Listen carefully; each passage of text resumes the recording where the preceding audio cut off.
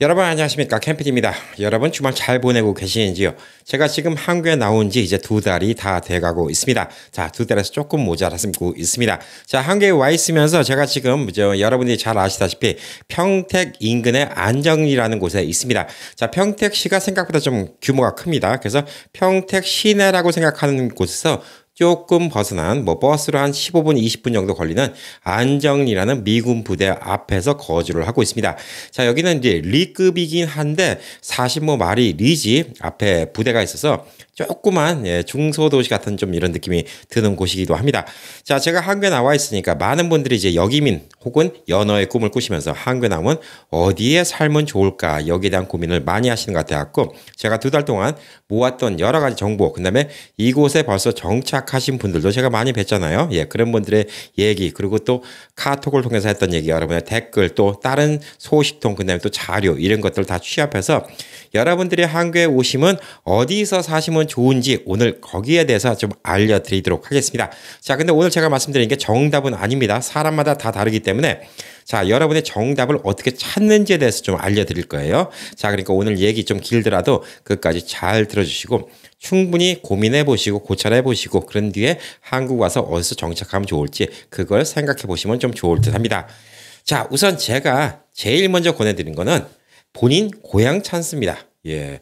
한국에서 다들 사셨다가 미국 오신 분들 많으시죠? 예, 미국에서 태어나신 분들이 한국에 돌아가신다. 이 경우는 좀 그렇게 많이 없는데, 자, 한국에서 어렸을 때 보냈던 지역, 본인의 고향. 사실 이곳이 제일 좋습니다. 자, 게다가 그 고향에 가면 아직도 지인들이나 친척, 친구, 혹은 조카들, 이런 사람들이 있다. 그러면 더더욱 금상첨화라고 이렇게 좀 볼 수가 있습니다. 자, 본인 고향이 최고라고 볼 수가 있어요. 왜냐하면 어디 가든 간에 도로 한국에 간다는 것은 낯설은 환경에 다시금 적응을 해야 되는데 본인이 아는 사람이 있다는 곳, 그다음에 본인이 익숙한 고향이라는 것은 제일 큰 이점이라고 좀 볼 수가 있습니다. 자, 본인의 고향이 광주였다, 혹은 대구였다, 혹은 대전이었다. 이런 곳 먼저 알아보시는 게 저는 제일 좋다고 생각합니다. 자, 근데 여기서 예외가 있습니다. 이제 이 나이 되다 보니까 부모님 다 돌아가시고 친척들도 별로 없고 혹은 친척들도 다 고향 떠나서 그 동네 가도 아는 사람이 없어서 굳이 그 동네 갈 필요가 없습니다 라고 얘기하시는 분들이 한 부류가 되겠고요. 또 한 부류는 뭐냐면 저는 서울 태생인데 서울에 가 살라니까 서울이 지금 물가도 너무 비싸고 너무 힘들어서 서울에서는 좀 살기 힘들 것 같아서 다른 도시를 좀 알아보고 있습니다 라는 게 두 번째 경우라고 볼 수가 있습니다. 자, 이런 분들은 이제부터 제 얘기를 좀 들어주시면 됩니다. 자, 한국에서 생활하는 방식을 크게 제가 네 가지로 나눠봤습니다. 도시 생활이 있습니다. 아파트촌이라든가 그래서 도시 안에서, 그러니까 큰 도시 서울, 대전, 대구, 부산 이런 도시들도 있죠. 예전부터 큰 도시 인천. 자, 이런 도시에서 사는 방법이 있고 혹은 이제 중소도시 혹은 위성도시라고 얘기하는 게 있습니다. 서울 같으면 서울 인근에 있는 도시들이 있을 수가 있죠. 부산 같은 경우도 인근에 울산이 있을 수도 있고 또 김해가 있을 수도 있고 이런 식으로 주변에 도시가 있을 수가 있습니다. 대전 같은 경우는 이제 옆에 세종시가 있는데 솔직히 요즘엔 또 세종시가 더 많이 발전이 되어 있기 때문에 대전보다는 오히려 좀 세종시가 좀 더 큰 느낌이 좀 들 수가 있는데 거기 말고도 옆에 조치원이라든가 다른 도시가 있을 수 있습니다. 자, 이런 식으로 중소도시에 가는 방법이 두 번째 방법이 있습니다. 대도시에 가는 방법, 그다음에 중소도시에 가시는 방법, 그런 다음에 나는 이제 나이가 들었으니까 그냥 시골에 산중턱에 텃밭에서 맑은 공기 마시고 자연과 함께 이것저것 가꾸고 텃밭에서 캐낸 음식 먹어가면서 건강하게 살고 싶어 사람 만나는 것도 그렇게 달갑지는 않아.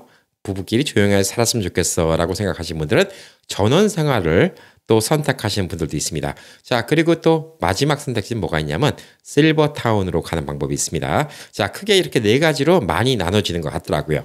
자, 여기서 우선 도시와 중소도시에 살 때 이점은 뭘까? 아무래도 제일 큰 이점은 남의 시선을 별로 의식하지 않고 살 수 있다는 거. 이게 제일 큰 이점이라고 좀 볼 수가 있습니다.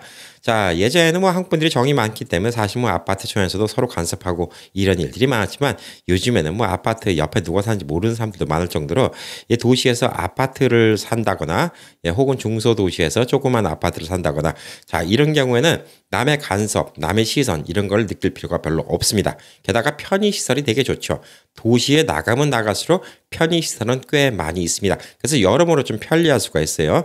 그리고 중소도시만 하더라도 집 밑에 나가면 바로 편의점이 있고 뭐 저 같은 경우는 바로 밑에 마켓이 있기 때문에 요리하다가 대파가 떨어졌다. 그러면 요리하고 있는 중간에도 가서 대파를 사올 수도 있고 두부 한 모도 사올 수 있고 그다음에 또 밥해 먹기 귀찮으면 동네 식당도 어느 정도 있고 이런 것들의 이점이 도시와 중소도시의 이점이라고 좀 볼 수가 있습니다. 자, 그리고 또 운전을 안 해도 살 수가 있어요. 왜? 대중교통이 많이 발달되어 있기 때문에 미국에서 난 평생 운전해서 너무너무나 지겨워 운전이라면 이제 학을 떼겠어. 이런 분들은 도시와 중소도시가 좋다고 볼 수가 있습니다. 저도 한국 와서 제일 좋은 것 중에 하나는 운전을 안 한다는 것이에요. 예, 운전을 안 하니까 몸이 편한 게 있고요. 또 한 가지는 또 뭐 술을 좋아하니까 또 술 먹고 음주운전 걱정도 없고 뭐 이런 것들이 되게 편하다 이렇게 좀 볼 수가 있습니다. 자, 근데 이제 전원 생활을 한다. 그러면 여러분이 차가 필수입니다. 왜냐하면 차가 없는 곳이 많이 있습니다. 그래서 한국에 나가도 차를 꼭 끌고 나가야 된다. 차를 꼭 운전해야 된다. 이런 좀 단점이 있을 수가 있는데 그 대신 도시와 중소도시에서 훨씬 난 이점은 뭐냐면 우선 주변에 차가 별로 없으니까 차로부터 되게 안전해요. 차로부터 차로 나오는 사고나 매연 이런 것부터 되게 안전하고 미세먼지나 공기 같은 거 이런 것들이 되게 안전하다 볼 수가 있습니다. 그리고 이제 아무래도 이제 유기농 같은 거 많이 먹으니까 건강해질 수도 있겠죠. 자, 이게 또 전원생활의 이점이라고 좀 볼 수가 있습니다. 자, 실버타운 같은 경우는 아주 대도시 한복판에 있는 경우는 되게 드물어요. 조금 외곽 쪽 도시 혹은 아예 숲속에 있는 경우도 많이 있습니다. 자, 미국에도 실버타운이 여러 가지가 있는데 사실 뭐 실버타운, 너싱홈 뭐 여러 가지 좀 이름이 조금씩 다른데 이게 목적에 따라 조금 다르죠. 그러니까 요양병원이라고 이제 한국에서 얘기하는 방식으로 어느 정도 의사가 치료도 해주고 이러면서 보내는 실버타운이 있고 그다음에 뭐 그냥 건강한 분들이 뭐 본인의 자신의 집들, 자신의 주거 공간을 다 따로따로 갖고 있는 대신에 공용 생활 같은 걸 할 수 있고 공동으로 어떤 취미 활동이라든가 공동으로 어떤 일을 한다든가 이런 식으로 지내는 실버타운이 있을 수도 있고 성격이 조금씩 다릅니다. 예전에는 뭐 양로원 하나밖에 없었잖아요. 예, 근데 미국 같은 경우는 실버타운이라는 말을 갖다 사용을 안 하긴 하지만 이 너싱홈 같은 거나 아니면 시니어 타운, 예, 이런 곳들은 뭐 미국 쪽으로 되게 유명한 곳이죠. 자, 미국에서도 실버타운 설비가 기가 막힌 데는 너무나 좋아요. 근데 뭐 비용이 진짜 부자들을 위한 곳입니다. 한 달에 2만 불, 3만 불씩 들어가는 곳도 많이 있습니다. 근데 그런 데 가면 뭐 최고급 5성급 리조트에 사는 것처럼 매일매일 그렇게 사는 곳인데 그게 뭐 그 정도 재력적 여유가 있으시면 뭐 굳이 한국에 나오실 필요도 없을 거라고 좀 생각하고 있는데 그런 실버타운에 있어도 미국 내에 있으니까 좀 한 가지 아쉬운 게 있죠. 네. 첫 번째가 음식이고 또 두 번째가 한국말, 그다음에 또 한국적인 정서. 이게 또 아쉽지 않은가 라고 좀 생각합니다. 자, 한국도 뭐 흔히 말하는 양로원, 그다음에 정부에서 해주는 진짜 저렴한 곳도 있지만 한국에 와서 굳이 여러분이 그렇게 저렴한 곳에 가려고 한국에 오신 건 아니잖아요. 한국에서도 어느 정도 수준이 되는 실버타운이 있는데 한국 뭐 실버타운에 이제 뭐 먼틀리 돈 내는 경우도 있고 혹은 그 안에 있는 집을 갖다가 1억 내고 한 달에 뭐 사용료로 200만 원, 300만 원 이런 식으로 내서 사용하는 곳도 있고 방법은 수십 가지 다른 방법이 있습니다. 자, 근데 이 실버타운에 있으면 좋은 게 차가 별로 필요 없습니다. 예, 그리고 또 재밌죠. 하루 종일 할 일도 생기고 여러 가지가 있는데 실버타운에 있으면 여러분이 개인적인 행동을 좀 못해요. 그래서 나는 내가 뭐 여행 다니고 내가 직접 하고 다니고 이런 게 좋다 그러면 실버타운이 조금 답답할 수도 있습니다. 그렇지만 여러분이 그냥 누가 챙겨주는 게 좋고 난 편하게 사는 게 좋고 밥해 먹는 것도 귀찮고 그러면 실버타운에 가셔도 꽤 괜찮을 것 같아요. 그리고 요즘에는 실버타운이 아니라 하더라도 도시에 있는 많은 또 아파트들이 아파트 안에 공동 식당이 있는 경우가 많이 있습니다. 물론 무료는 아니에요. 그렇지만 아침 식사 같은 거 해먹기 귀찮은데 그냥 노부부끼리 밑에 내려와서 밥을 먹으면 매일매일 메뉴가 바뀌기 때문에 뭐 집에서 밥 먹는 것처럼 아주 편안하게 이렇게 되어 있는 아파트촌도 있기 때문에 굳이 실버타운 안 간다 하더라도 아파트 단지에 들어가서 이런 혜택, 그다음에 아파트 안에서 하는 여러 가지 뭐 꽃꽂이를 배운다든가 뭐 색스폰 같은 거 연주를 배운다든가 아니면 뭐 에어로빅을 한다든가 이런 프로그램이 잘 돼 있고 수영장도 있고 이런 아파트들도 있기 때문에 그게 또 실버타운을 대처할 수도 있습니다. 자, 근데 이렇게 네 가지 선택지 중에서 도시와 중소도시, 그다음에 전원생활과 실버타운에서 여러분이 어떤 사람인지 생각해보고 결정해야 되는 부분이 있습니다. 자, 첫 번째. 도시와 중소도시는 남의 간섭이 없기 때문에 나는 좀 편하게 살고 싶어 그런 분들은 여기가 좋은데 전원생활과 실버타운은 성격이 좋아야 돼요. 예, 쉽게 말해서 성격이 아주 유하셔야 됩니다. 안 그러면 가서 왕따를 당해요. 전원생활은 서울 사람들이 시골 갔다가도 왕따 당해서 결국은 포기하고 나오는 경우도 꽤 많이 있습니다. 자, 그럴 정도로 본인의 좀 성격이 남들과 잘 융화하고 다른 분들과 이야기 나누는 거 좋아하시고 잘 어울릴 수 있는 분들이면 전원생활도 괜찮아요. 그리고 실버타운도 괜찮습니다. 자, 그리고 이제 실버타운 아까 말씀드린 것처럼 한국에서 뭐 정부 보조 저가 실버타운 이런 게 아니라 한국에서도 적어도 뭐 한 달에 뭐 몇백만 원 낸다 하더라도 좀 깔끔하고 시설 좋은 데 가고 싶다. 그러면 한국에서는 또 그런 실버타운에 계신 분들이 한국에서도 경제적으로 여유가 있는 분들이에요. 자, 이번에 한국에서 발표가 나왔는데 시니어 분들이 이제 국민연금으로 받는 돈과 미국에서 이제 SSA 혹은 SSB로 받는 돈을 갖다가 비교해 보니까 요즘 뭐 환율도 환율이지만 미국이 2배 이상 받더라고요. 예, 이거는 나중에 다른 영상으로 한번 좀 설명을 드리겠습니다. 노후의 그 금전 관리에 대해서 다른 영상을 한번 만들어 드릴 텐데 그냥 비교해도 한 2배 이상이 되기 때문에 한국에서 한 달에 실버타운에서 부부가 한 400만 원 정도 쓴다 그러면 한국에서도 경제적으로 여유가 있으신 분들이거든요. 자, 그래서 이런 뭐 여러 가지 얘기 제가 들은 거 얘기해 드리는 거예요. 예. 그런 데가 있으면 그냥 우선 연세 드신 분들끼리 있으면 자식 자랑, 돈 자랑. 예, 이러다가 좀 싸움 나는 경우 있죠. 자, 그리고 또 그렇게 좀 고급 실버타운에 가 계시면 전문직들 분들이 많이 계세요. 뭐 전직 닥터라든가 변호사라든가 이런 분들도 또 많이 계시기 때문에 이런 분들끼리 또 은근히 또 남 무시하는 거 이런 것 때문에 싸움 나는 경우도 있다고 하고요. 자, 반대적으로는 또 미국 교민들이 또 그쪽에 들어가갖고 괜히 영어 섞어 쓰는 거. 그런 다음에 제가 절대 하지 말라는 얘기 있죠. 예, 미국은 이런데 한국은 왜 이러냐. 이런 식으로 우월 의식 갖고 얘기하다가 결국은 부딪히고 싸우고 그래서 왕따 당하고 실버타운 적응 못하고 나오는 경우가 많이 있습니다. 자, 그래서 전원생활과 실버타운은 성격이 아주 좋아야 됩니다. 네, 그리고 여러분이 주의할 점이 많이 있다. 이렇게 보시면 됩니다. 자, 그럼 이제 한국에서 내가 이제 어디로 갈 건가? 어떤 종류의 거주 지역으로 갈 건가? 우선 이걸 말씀드렸죠.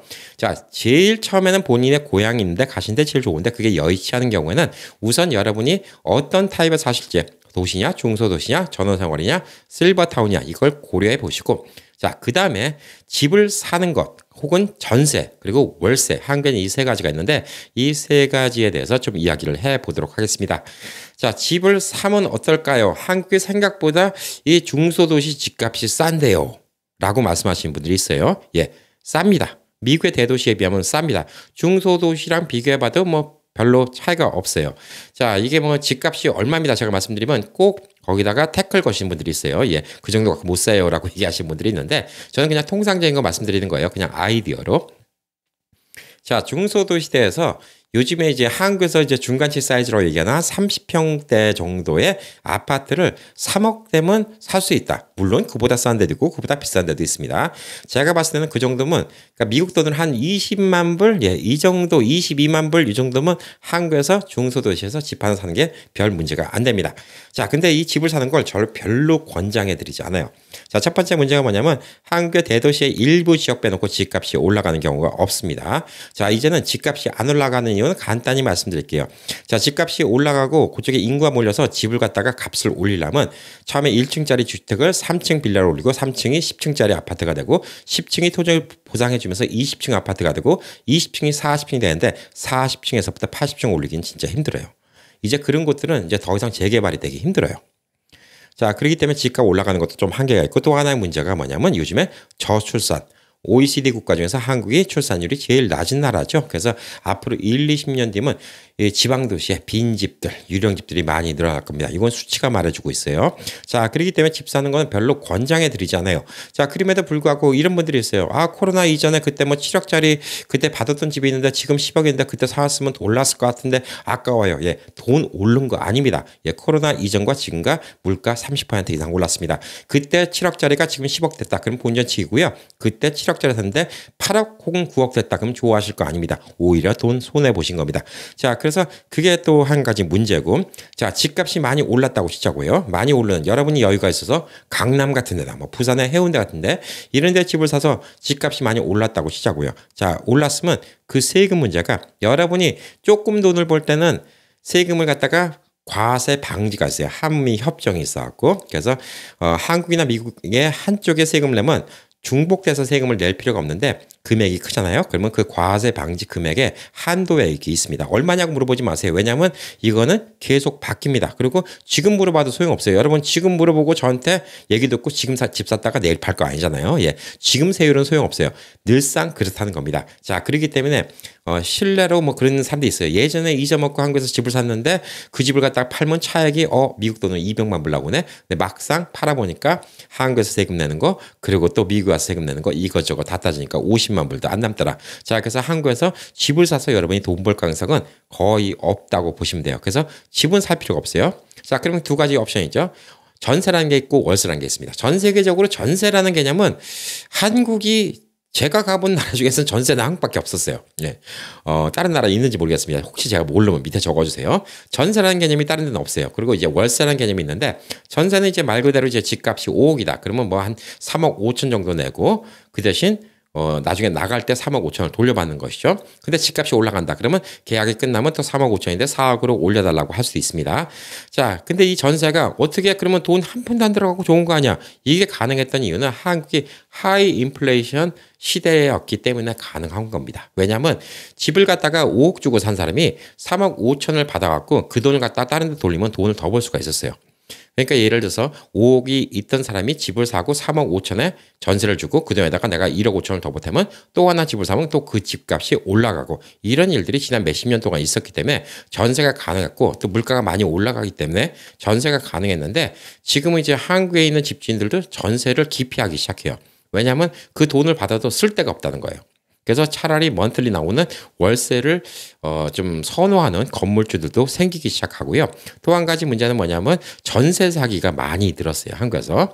자, 그래서 전세 사기라는 거는 뭐 안심 전세 앱 같은 거 이런 게 있었고 상대방의 재정 상태 이런 같은 걸 다 확인해 볼 수 있지만 막상 제가 이 집을 들어갈 때는 집주인의 재정 상태가 멀쩡했는데 집에 들어와서 살고 있는 도중에 집주인이 재정 상태가 안 좋고 이래저래 돈 다 빌리고 그 집 담보로 돈 다 빌린 다음에 그거 들고 튀어버리고 그냥 공주에 붕 떠버리는 경우도 많이 생깁니다. 자, 그래서 또 전세 보험이란 것도 있어요. 예, 근데 어쨌든 간에 전세가 점점점 줄어드는 추세고 또 한 가지 문제는 뭐냐면 젊은 친구들이 그 전세금도 없어요. 요즘에 돈이 없으니까. 그래서 월세. 예, 그리고 나는 뭐 지금 돈이 없어도 인생 좀 재밌게 살래 그래서 월세로 사는 경우가 많이 있기 때문에 월세가 점차적으로 많이 늘어나는데 미국처럼 뭐 첫 달치, 마지막 달치, 그리고 한 달치 그래서 한 석 달 정도 렌트비로 월세를 하는 경우가 한국은 거의 드뭅니다. 예, 보편적으로 부동산이 적혀 있으면 1000에 60, 3000에 뭐 50 이렇게 적혀 있는 건 뭐냐면 3천만 원 다운하고 월 50만 원, 그다음에 1000만 원 다운페이하고 월 60만 원이라는 얘기입니다. 예, 그 돈은 보증금이야. 돌려받는 돈이에요. 예. 그렇지만 하여튼 뭉칫돈이 좀 들어간다. 이렇게 좀 보시면 돼요. 그래서 한국의 월세는 미국처럼 뭐 월 60만 원이다. 그럼 180만 원이 들어간다. 이렇게 생각하시면 안 돼요. 월 60만 원짜리면 뭐 2천만 원이고 1000만 원이고 어제도 돈을 내고 60만 원을 내야 된다. 이렇게 좀 보시면 될 듯한데 자, 여기서 이제 뭐가 문제가 있냐면 이 돈을 갖다가 뭉치돈을 갖다가 집어넣는데 이것도 땡겨 먹을 수가 있는데 이거는 그렇게 큰 돈은 아니죠.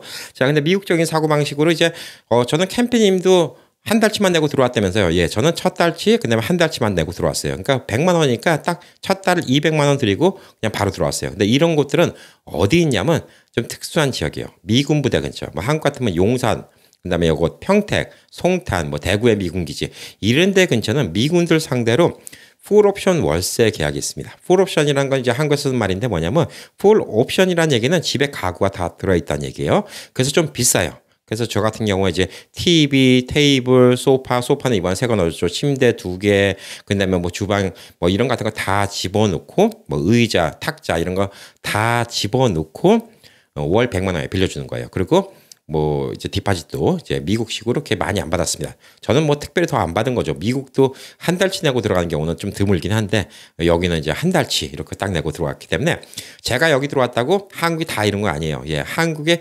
99.9%는 다 이렇지 않습니다. 보편적으로 부동산 가보시면 3천에 50, 그다음에 뭐 2천에 70 이게 다 그런 거니까 돈을 많이 내면 많이 낼수록 월세가 조금씩 더 깎입니다. 자, 그리고 이런 데는 가구가 없기 때문에 한국은 여러분이 또 가구를 사셔야 되기 때문에 사실 제가 있는 집 같은 경우도 월세 100만 원 그러면 한국 사람 생각하기엔 많이 낸다고 생각해요. 왜냐하면 저 같은 집 한 월세 70만 원만 내면 돼요. 한 70만 원? 예, 좀 새 아파트니까 70만 원. 뭐 예를 들어서 그렇게 한다 그러면 뭐 한 1,000만 원 혹은 2,000만 원 디파짓 해놓고 월세 한 70만 원. 그 대신 제가 가구로 사겠죠. 제가 한국에서 2년이고 3년이고 계속 살겠다 그러면 그런 식으로 하는 게 이득이 되겠죠. 한 달에 몇십만 원이라도 절약이 되니까. 근데 저는 지금 단기로 와 있고 그렇기 때문에 이게 월 100만 원이 차라리 나은 선택지고 제가 6개월 계약했는데 6개월 계약 가능합니까? 예, 드물어요. 예. 월세라 하더라도 암만 월세라 하더라도 최소 1년 계약을 원하고요. 보편적으로 2년 계약을 원합니다. 자, 2년 계약을 원해 갖고 저는 이제 아주 조건이 유리하게 계약한 게 뭐냐면 2년 계약인데 저는 6개월만 살면 돼요. 예, 6개월만 살고 언제든지 나갈 수 있어요. 그 대신 제가 원하면 2년까지 지금 계약한 금액 월 100만 원으로 계속 살 수 있게 계약이 된 것이기 때문에 이게 좋죠. 왜냐하면 제가 만약에 한국에 계속 있겠다 그러면 100만 원씩 계속 내는데 그러다가 또 집값이 올라간다 그러면 계약은 계약이니까 저는 그냥 100만 원만 향후 2년 동안만 내면 되는 거기 때문에 저 같은 경우는 좀 계약을 좀 되게 유리하게 했다. 이렇게 좀 보시면 될 듯 합니다. 자, 그러면 이제 이런 식으로 이제 한국의 전세, 월세 뭐 이런 거 개념이 좀 생겼죠. 자, 여러분이 도시와 중소도시 여기에서 선택지가 좀 갈리는데 많은 분들이 이제 한국에 오시면 이제 뭘 생각하시냐면 지도만 보시고 단순히 얘기만 듣고 혹은 다른 분들의 얘기 듣고 여기 공항이 가까워. 여기 지하철역이 가까워. 여기 기차역이 가까워. KTX역이 가까워. 그다음에 여기 근처에 쇼핑몰 큰 게 있어. 여기 근처에 커스코가 있어. 예, 이런 걸로 자기 동네가 좀 어필을 하는 거죠. 어필을 하는데 자, 한국에 와 계신 분들이 먼저 와 계신 분들은 다 무슨 생각을 하냐면요. 본인이 사는 곳이 최고라고 생각해요. 예, 그렇게 믿고 싶은 거고 또 그게 또 좋은 겁니다. 예, 본인이 사는 곳을 불만족스러우면 안 되겠죠. 자, 그래서 본인이 사는 곳을 갖다가 어필하기 위해서 본인 사는 곳에 좋은 얘기를 하는데 자, 냉정하게 생각해 보세요. 여러분이 공항 매일매일 가는 거 아니잖아요. 공항 옆이라고 꼭 유리할까요? 그건 아니죠. 기차, 예, KTX 맨날 타는 거 아니잖아요. 이게 꼭 유리할까요? 예, 이것도 생각해 보신 문제고 쇼핑센터도 마찬가지예요. 여러분이 매일매일 커스코 가서 장 볼 거 아니잖아요. 예, 그래서 이런 것들 다 고려해 보시면 막상 한국 나와서 처음에 여기 김포공항 가까우니까 좋겠는데 예, 근데 막상 김포공항 쓸 일은 1년에 한두 번. 여기 기차역, KTX역 가까우니까 좋겠는데, 근데 막상 KTX 탈 일은 한 달에 한 번 있을까 말까? 네, 이런 경우가 생기는 거죠. 근데 보편적으로 이렇게 공항이라든가 지하철역이 가깝다든가 기차역이 가깝다든가 쇼핑센터가 가까운 곳은 집값이 비싸겠죠. 그래서 결국은 왔다가 1년, 2년 있다가 이사 가는 경우가 많이 있다는 겁니다. 그래서 한국에 와서 벌써 몇 년 계신 분들은 처음에는 이런 환상을 갖고 왔다가 결국은 이사를 간다는 거예요. 그리고 그때는 왜 내가 미련 맞게 그것만 생각하고 거기서 더 비싼 돈 주고 살았을까 이런 후회를 하시는 거죠. 게다가 특히 이렇게 편의시설이 많은 곳은 되게 복잡해요. 복잡하니까 항상 다닐 때 길 건너 갈 때도 차 때문에 스트레스 받고 사람 많아서 치이고 여러 가지 힘든 게 있죠. 물론 좋은 곳도 있습니다. 대도시니까 편의시설이 많아요. 그다음에 갈 곳도 많고 식당도 많고 그런 다음에 서울 같은 곳이 물가가 비싸다고 하지만 어떤 일부 품목 같은 경우는 지방보다 물가가 더 싼 경우도 있어요. 왜냐하면 경쟁이 많이 되니까. 뭐 예를 들어서 임플란트 같은 거 하나 한다 하더라도 서울이 꼭 비쌀 것 같죠? 예, 서울이 지방 도시보다 오히려 더 싼 경우도 있습니다. 자, 그래서 이런 이득도 있지만 보편적으로 이득보다는 실이 많아요. 근데 여러분이 맨날 이용한다 그러면 이게 필요하겠죠. 저 같은 경우는 이제 평택이 있는데 평택역이 있고요. 평택역에서 한쪽 위로 가면 지제역이라는 곳이 있습니다. 지제역은 고속철도가 들어있어요. SRT라는 게 있기 때문에 지제역에서 기차를 타고 수서역 강남까지 가는데 20분이면 가요. 20분이면 가니까 평택에 있는데 수서까지 가는데 서울까지 가는데 20분. 그러니까 이 지제역 근처에 가서 살아야 되겠다라고 생각하시는 분들이 있을 수가 있죠. 자, 저도 처음에는 작년에 왔을 때만 해도 그 생각을 했어요. 지제역 근처에 있으면 편하겠는데 근데 막상 지제역 동네 근처로 가니까 우선 제가 싫어하는 분위기예요. 아파트 숲이고 사람들 너무 많고 차 너무 많고 그다음에 공기 안 좋고 자, 그리고 또 삼성 공장 근처에 있어서 지금 공사하고 또 시끄럽고 그다음에 공장 출퇴근하는 사람 많아서 정신없고 자, 여러모로 안 좋아요. 근데 아파트 값은 비쌉니다. 제가 있는 곳에 또 2배 가격이에요. 그러면 렌트비를 한다 하더라도 비싸겠죠, 당연히. 거기에 갈 이유가 없는 거예요. 생각해보니까 지지역을 제가 매일매일 갈 이유가 없는 거예요. 만약에 제가 뭐 강남에 매일매일 갈 일이 있는데 강남에 집 사기에는 너무 부담스러워서 지제역에서 출퇴근을 한다. 그러면 가능한 얘기겠죠. 예, 그러면 지역이 좋은 선택지일 수가 있는데 그럴 필요가 없다는 거예요. 그리고 쇼핑센터 가까운 곳도 뭐 한국에 이제 전업주부들 있죠. 예, 남편 일 나가고 나면 아이들 보는 엄마들이 그냥 낮에 더우니까 예, 쇼핑센터에 유모차 끌고 가서 아줌마들끼리 모여서 아이들 키즈 카페 보내고 본인들 뭐 사우나를 할 수도 있고 찜질방 갈 수도 있고 커피 한 잔 마시고 음식도 먹고 온다. 이런 걸 매일매일 즐긴다. 그러면 쇼핑센터 옆이 뭐 필요할 수가 있겠지만 굳이 예, 우리 연세 드신 분들이 뭐 대다수인데 이제 뭐 아이를 볼 나이도 아니고 카페 가서 수다를 떨 나이도 아니고 그러면 굳이 쇼핑센터 커스코에 매일매일 파 한 단 사러 커스코 갈 거 아니잖아요. 예, 그러면 그게 뭐 무슨 의미가 있나. 그래서 저는 이제 한국에서 많은 분들을 만나보면 동네 자랑이죠. 동네 자랑에 그 얘기를 하더라고요. 우리 동네 커스코 있어요. 뭐 우리 동네에 뭐 롯데 아울렛 있어요. 우리 동네에 뭐 무슨 쇼핑센터 있고 우리 동네에 뭐 SRT 들어옵니다. 우리 동네에 뭐 KTX 들어옵니다. 우리 동네에 뭐 공항 근처예요. 뭐 이런 얘기를 하는데 그게 저는 하나도 안 부러운 거죠. 그래서 여기에 대해서는 여러분이 필요한 건가 아닌가 잘 생각해 보시고 결정하시라는 거예요. 뭔가 혜택이 있는 대신 그만큼 거주 비용은 비싸다는 거예요. 그리고 이제 한국 이제 거주 비용을 좀 이제 아파트 값을 결정짓는 게 여러 가지가 있는데 그 중에 하나가 학군이겠죠. 특히 여러분들은 학군이 필요 없잖아요. 뭐 이제 다 아이들 다 키우고 이제 두 분 리타이어하고 오신 분들이 강남에 파락군이 무슨 소용이 있겠습니까? 예, 그리고 뷰, 그 다음에 이제 학군 다음으로 이제 뷰죠, 전망. 예, 남이 집 아파트랑 가리냐 안 가리냐, 앞에 바닷가가 있냐 없냐, 강이 있냐 없냐.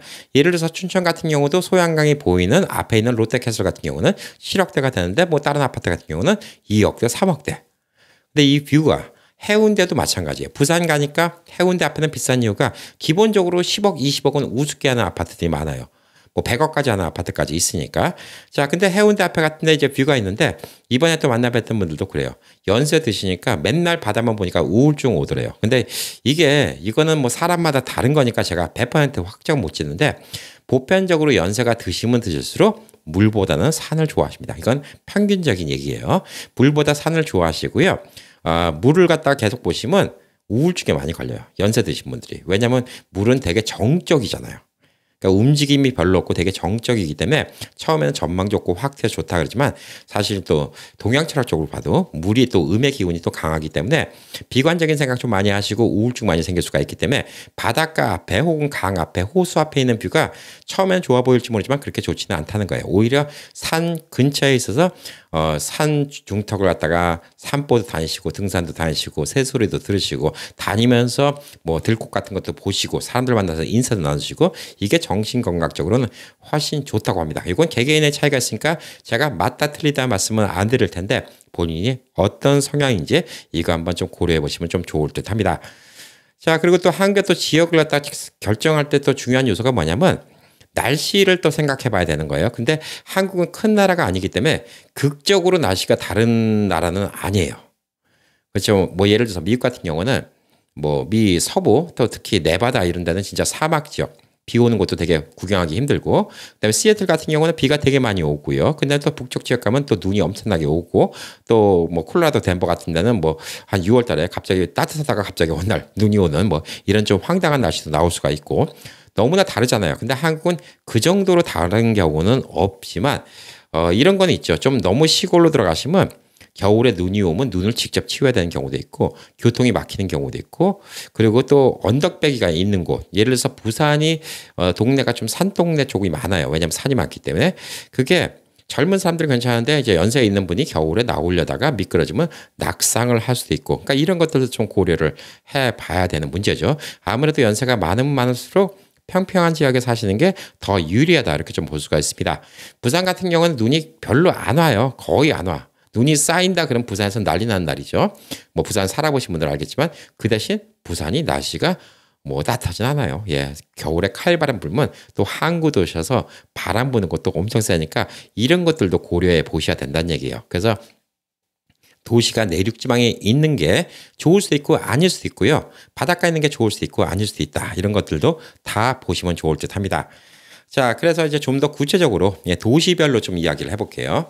자, 제가 이제 미국 오던 시절만 하더라도 한국에서는 이제 크게 도시, 뭐 한 5대 도시 하면 서울, 부산, 서울 다음에 부산, 그 다음에 대구, 그 다음에 대전, 인천이 컸었나 대전이 컸었나 아마 그때 당시엔 대전이 더 컸던 걸로 좀 기억합니다. 그 정도가 한 5대 도시 정도로 좀 생각할 수가 있었던 것 같아요. 자, 근데 이제 한국에 와보니까 한국이 확 바뀌었습니다. 확 바뀌어갖고 대구가 경제 수치로는 11위 도시가 됐대요. 그러니까 한국에서는 그래도 3대 도시 안에 들어갔던 데가 대구였는데 왜 이렇게 됐을까라고 보니까 경기권 주변의 중소도시가 너무나 발전된 겁니다. 그게 문제라고 볼 수가 있어요. 자, 서울은 1000만 인구가 살죠. 예, 부산은 350만이 살고 있고 대구는 250만이 살고 있고 대전은 150만이 살고 있습니다.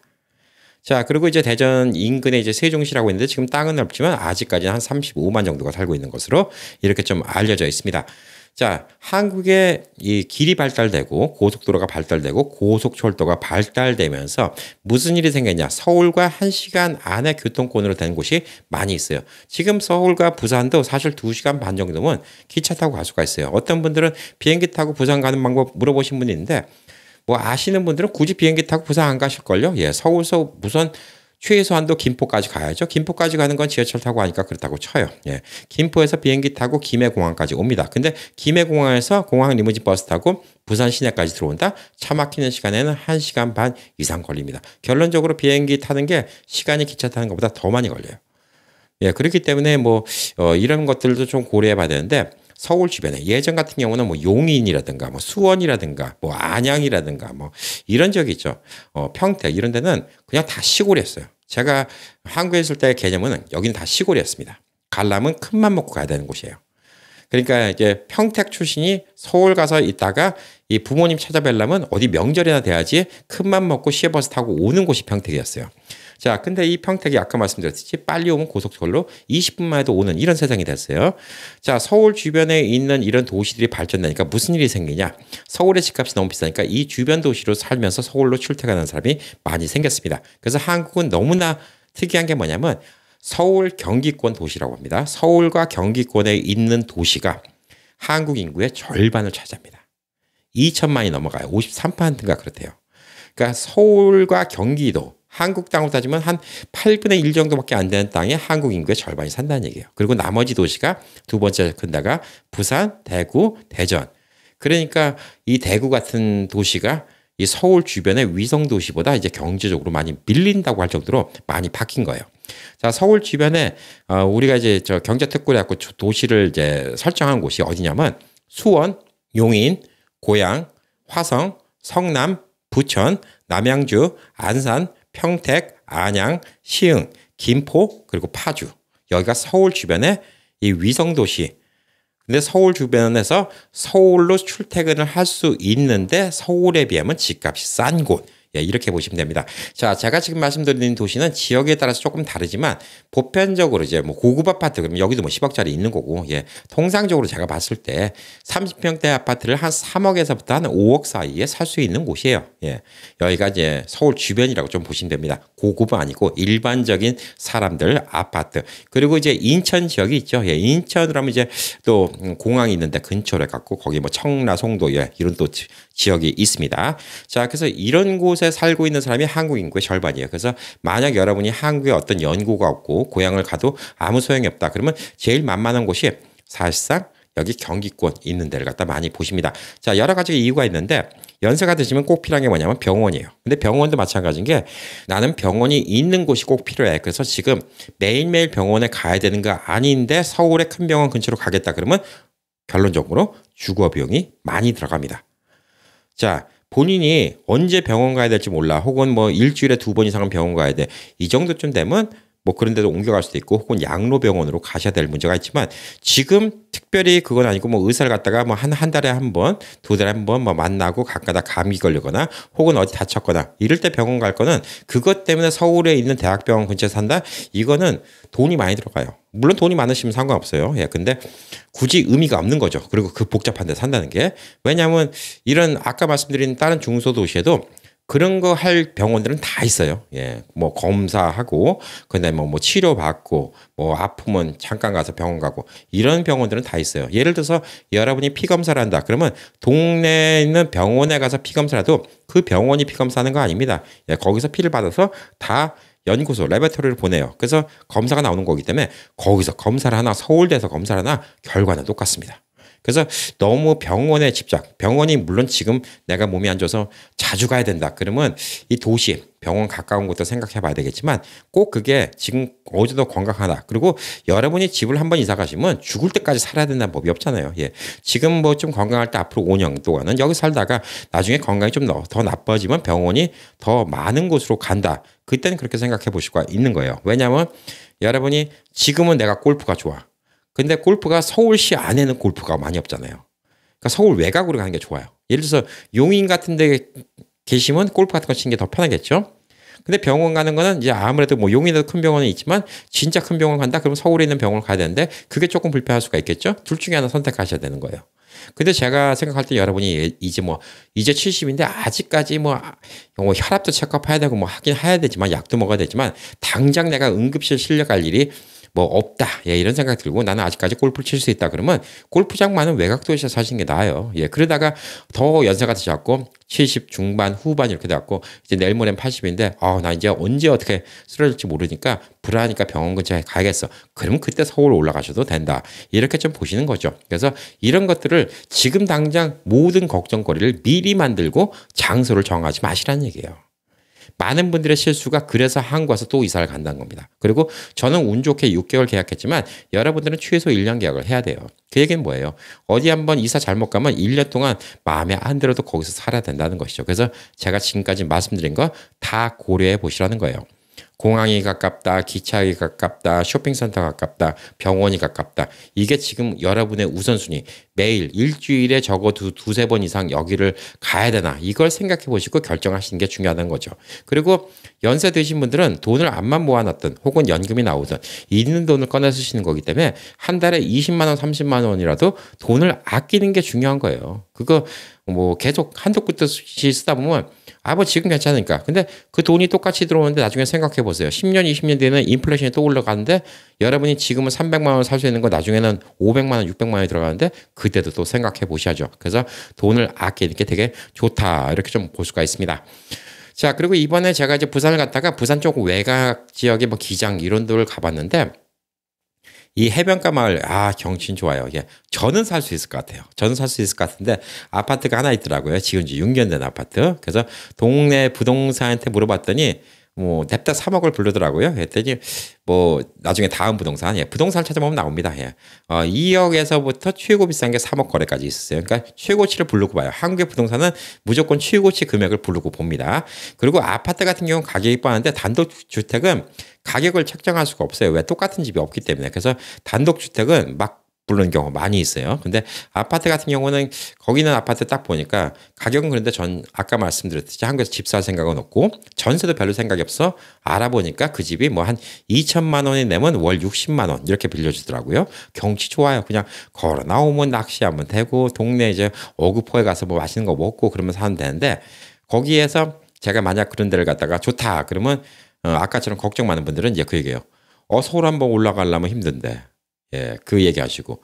쇼핑몰 큰 데 없잖아요. 예, 그리고 병원 좋은 데 없잖아요. 예, 이런 거 걱정하시면 그런 데를 아예 고려조차 못 한다는 얘기예요.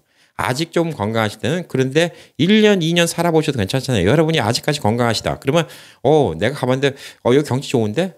난 이런 데 한번 살아보고 싶은데? 그럼 뭐가 부담이에요? 그냥 딱 1년만 살아보시면 되지. 1년 살아보시고 불편하면 다른 데 옮겨가시면 됩니다. 자, 근데 처음부터 비싼 데로 갖고 가면 여기서부터 선택의 폭이 좁은 거죠. 그러니까 여러분이 이만큼만 보고 결정하지 마시고 이런 옵션이 있다고 보시면 좀 좋을 듯 합니다. 자, 그리고 이제 보편적으로 이건 미국이든 한국이든 전 세계적으로 공용인데 뭐냐면 항구 도시 있죠. 네, 항구 도시가 보편적으로 텃세가 적어요. 그건 전 세계적인 똑같은 현상입니다. 미국도 그랬기 때문에 처음에 샌프란시스코를 통해서 중국인들이 많이 이주해 왔고요. 그다음에 또 LA를 통해서 또 한국분들이 많이 왔었고요. 근데 또 시애틀도 많이 사시는 이유, 그다음에 또 유럽인들은 뉴욕을 많이 갔던 이유가 항구 도시는 다른 나라와의 교류가 많이 있죠. 그리고 항구 도시의 특성상 다른 나라에서 물건이 들어오면 그 물건을 또 내륙 지방으로 옮겨야 되기 때문에 내륙 지방 쪽으로 교통이 잘 돼 있습니다. 그래서 왔다 갔다 하는 사람이 많이 있어요. 그러니까 부산 같은 경우도 외지에서 들어오는 사람뿐만 아니라 서울이나 다른 지역에 있는 사람도 계속 왔다 갔다 하는 경우가 많이 있다는 거예요. 자, 이런 곳의 특징은 뭘까요? 예, 텃세가 적어요. 항구 도시는 터세가 적다는 이런 이점이 있습니다. 그래서 뭐 이런 거를 기준으로 갖고 따져보면 어디가 있을까요? 뭐 인천 같은 데가 있을 수가 있고요. 큰 도시는 부산도 있을 수가 있고 요즘에 뭐 통영이나 뭐 목포, 여수 뭐 이런 데 같은데 좋아하시는 분들도 많이 있는데 이런 것들도 다른 데 내륙 지방보다는 터세가 좀 적을 수가 있어요. 외지인들에 대해서 조금 거부 반응이 적다. 이렇게 좀 볼 수가 있고 이번에 부산 가서 이제 놀란 것 중에 하나가 뭐냐면 물가가 저렴해요. 근데 당연히 물가는 서울보다 저렴하죠. 왜? 서울은 물가가 가장 비싼 이유가 뭐냐면 제일 큰 문제는 땅값이 비싸다는 거. 두 번째는 또 인건비가 비싸다는 거. 이런 문제가 있는데 부산이 이제 땅값이 서울보다 싸다고 하지만 부산도 싸지는 않지만 이게 왜 저렴할까? 근데 더 희한했던 거는 왜 부산이 용인이나 이 평택 같은 데보다 더 음식값이 뭐가 더 저렴할까? 예, 이거를 좀 생각해 보면 이거는 이제 제가 한국에서 답을 얻은 게 아니라 미국 같은 경우예요. 미국의 시카고가 그런 편입니다. 자, 시카고에 있는 이제 한국 식당 같은 거 가보신 분들은 아실지 모르는데 보편적으로 시카고에 있는 한국 식당들이 음식값이 싸요. LA보다 싸고 뉴욕보다 싸요. 그거야 뭐 LA나 뉴욕보다 자그만 도시니까 쌀 수 있지라고 얘기할 수가 있는데 미국 내 웬만한 중소도시 있죠. 예, 예를 들어서 뭐 피닉스라든가 뭐 텍사스 있는데 이런 데보다 더 싸요. 시카고가. 그리고 의외로 한국 음식이 비싼 곳이 뭐냐면 샌프란시스코 인근의 사크라멘토를 가봤는데 뭐 그 동네 분들이 뭐 문제 있다고 말씀드린 게 아니에요. 거기 한국 음식값이 꽤 비싸요. 극단적으로 말하면 시카고랑 거의 2배 차이 날 정도로 비싸요. 왜 그런 일이 생길까? 예, 한국 음식 재료 구하기 힘들잖아요. 그러니까 쉽게 말해서 유통이라는 게 그렇게 역할을 한다는 얘기입니다. 원래 시카고라는 곳이 예전에는 이제 그 기차로 해갖고 유통의 중심지가 됐던 곳이고요. 지금 미국으로 보면 이제 동쪽 위에 있어서 모퉁이에 있는 것 같지만 예전에 미국은 서부가 발전이 안 됐기 때문에 이 예전에 미국의 인구가 많이 몰렸던 걸로 기준하면 시카고가 중간이었어요. 그래서 예전부터 물류가 많이 발달되어 있고 또 호수를 통해서 캐나다나 다른 난 쪽에서 왔다 갔다 하는 물건 이런 것 같은 거를 갖고 올 수 있는 게 많았고 또 20세기 들어오면서 비행기가 발달되면서 공항 면적이 제일 큰 곳은 또 시카고입니다. 예, 공항 땅이 제일 높은 곳은 또 시카고예요. 그래서 시카고가 물류가 꽤 좋은 편이에요. 그런데 대도시예요. 야, 여기서 조건이 뭐냐면 물류가 좋은데 대도시여야 돼요. 물건을 100명이 사는 거하고 10,000명이 사는 거하고는 가격이 달라요. 미국이 물가가 세다고 그러지만 전자제품 같은 거 한국 같은 데나 다른 데보다 싸잖아요. 싼 이유가 뭘까요? 살 사람이 3억 5천만 명이 있잖아요. 한국은 5천만 명 없고. 그래서 어느 정도 이제 소요가 이렇게 어떤 물건을 갖다가 이제 살 수 있는 이런 수요가 되는 상황에서 물가 좋은 곳이 물가 쌉니다. 그래서 부산이 생각보다 괜찮은 거예요. 무슨 얘기냐면 평택이나 용인은 물류가 서울만큼 많이 들어오지는 않고 인구가 또 그만큼 있지는 않아요. 근데 서울에서 다 갖고 와야 돼요. 결론적으로. 그러니까 서울 물가 기준에서 양쪽으로 퍼져나가는 이런 개념이고 부산 같은 경우는 뭐 서울에서 오는 곳도 있지만 또 다른 데 들어오는 곳도 있고 다 섞여 있는 가운데서 부산에서는 이 인구가 많기 때문에 물가가 생각보다 싸요. 그래서 점심 한 끼 제가 이제 뭐 이번에 한 6일 동안 있었는데 통상적인 한 끼 부산 그러면 뭐 제 생각에는 8,000원, 9,000원. 평택 요즘에 9,000원. 용인 10,000원. 서울 12,000원. 전 딱 이 정도로 생각이 들더라고요. 밥 한 끼. 뭐 물론 먹는 것 따라서 가격은 달라요.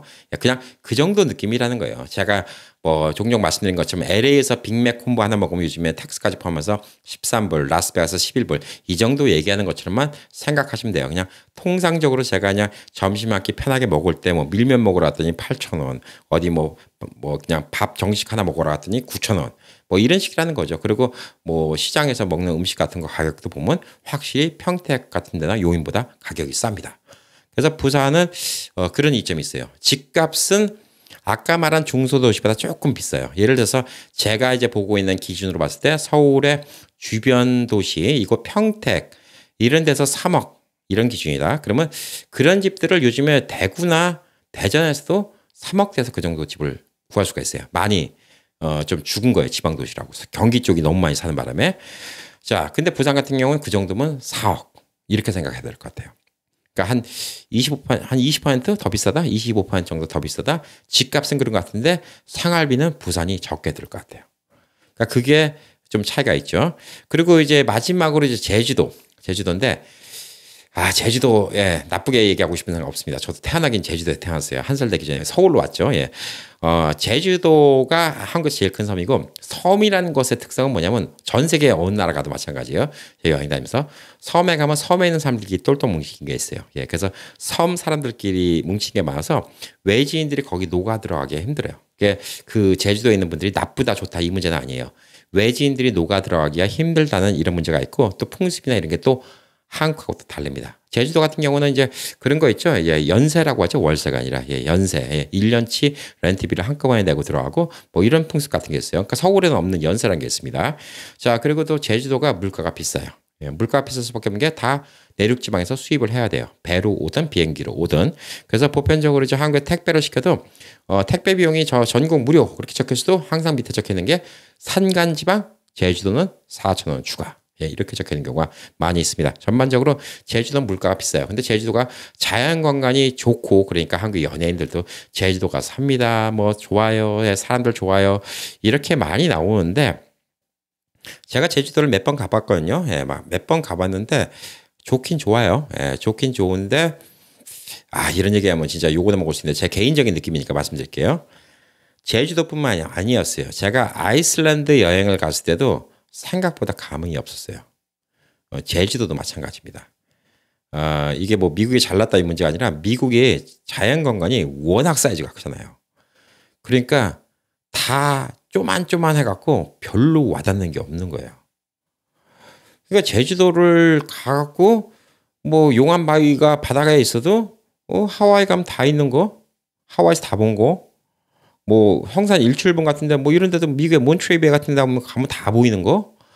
저기 갈매기 때 샌프란시스코 가면 물개떼가 몇천 마리가 있는데 뭐 이런 식으로 생각이 드는 거예요. 그러니까 저는 제주도에 가면 사람들이 경치 좋다고 그러는데 솔직히 우아한 적은 없어요. 이건 제 개인적인 생각입니다. 뭐 욕하셔도 어쩔 수가 없어요. 그게 똑같은 게 아이슬란드 갔을 때도 마찬가지예요. 아이슬란드가 자랑하고 있는 게 구울폭포라는 게 있어요. 구울폭포가 아이슬란드 말로 골드예요. 그러니까 황금 폭포라는 건데 구울폭포 그래갖고 우와 멋있다 그래갖고 열심히 차 끌고 찾아가 봤더니 에게 그랬어요. 예, 나이아가라 폭포에 비하면 야 이거를 갖다가 이 나라에서 자랑할 만한 폭포야? 물론 규모는 큽니다. 자 그리고 이제 간헐천, 예, 가이저라고 이제 물에서 팍 품어 오르는 거 간헐천이 있다고 그것도 열심히 구경하러 갔습니다. 갔다가 에게 옐로스톤에 있는 간헐천에 비하니까 이건 진짜 애기네, 애기. 예. 그러니까 이제 같이 갔던 동생은 우와 형 이거 너무 끝내줘 너무 멋있어 난리가 났는데 저는 너 옐로스톤 안 가봤냐 이렇게 돼버리는 거예요. 그래서 아마도 미국에서 사시고 미국에서 이제 여행을 안 해보신 분들은 좀 그럴 수도 있겠지만 여행 좀 다녀보신 분들은 제주도의 자연관광이 이쁘긴 이쁘지만 그 자연관광에 확 반해서 여러 가지 물가도 비싸고 그다음에 또 좀 타지인들에 대한 좀 거부심도 있고 이런 분위기를 거쳐가면서 제주도에 가실 이유가 있을까? 예, 이거는 뭐 다 개인적인 정답은 아닙니다만 저는 조금 그런 생각이 들더라고요. 그래서 저는 아예 제주도는 놀러 가면 놀러 갔지 뭐 살러 갈 생각은 별로 없고 제가 지금 있는 안정리는 결과적으로 지금까지 쭉 말씀드린 걸 딱 따져보면 어떻게 되냐면 두 가지가 포함되어 있는 거예요. 예. 이제 고향은 아니지만 저희 이제 처갓집이 있기 때문에 어떤 친척 비빌 데가 있다는 거고 또 한 가지는 이제 미군 부대가 있으니까 좀 외지인에 대한 텃세가 없다는 거 그리고 제가 좋아하는 중소도시 규모라는 거 이거가 잘 맞아떨어졌기 때문에 저는 여기가 꽤 괜찮아요. 근데 만약 여기 말고 제가 다른 곳을 간다 그러면 저희 집사람이 많이 심심해 할 것 같아요. 왜냐하면 자기 형제들이 없으니까 제 친구들도 없고 저는 원래 외아들이라서 혼자 있는 걸 잘 지내는데 또 부부는 또 부부 성격도 맞춰줘야죠. 만약에 제가 뭐 한국을 다 가는 건 아니지만 제가 그냥 한국에 다른 곳을 살라 그러면 글쎄요. 저는 춘천도 좋고요. 그다음에 강원도 뭐 이런 데도 좋고요. 강원도 이제 강릉이나 양양 같은데 이런 데 좋고 목포나 여수 같은데 예, 이런 데도 좀 끌리고요. 그다음에 또 부산도 끌립니다. 예, 부산 좀 외곽 쪽. 근데 특별히 대전이나 대구가 끌리지는 않아요. 세종시가 특별히 끌리지는 않고, 뭐 나쁜 생각 있는 거 아니에요. 근데 아직까지는 그 내륙 지방에 있는 데서 그렇게 매력을 못 느꼈어요. 춘천은 그나마 호수가 많고, 좀 산이 많고, 겨울에 눈도 많이 오고, 그러니까 좀 좋아하는 것 같고, 내륙 지방에서는 춘천 빼놓고는 뭐 거의 다 저도 선호한 쪽이 바닷가가 아닌가라고 좀 생각하고 있고, 인천의 송도 쪽이나 이런 데는 너무 발전이 돼서 이건 중소도시 느낌이 아니라 좀 대도시 느낌이 나서 저는 좀 대도시 같은 데는 싫어요. 그래서 평택도 평택 시내는 싫어하고요. 예.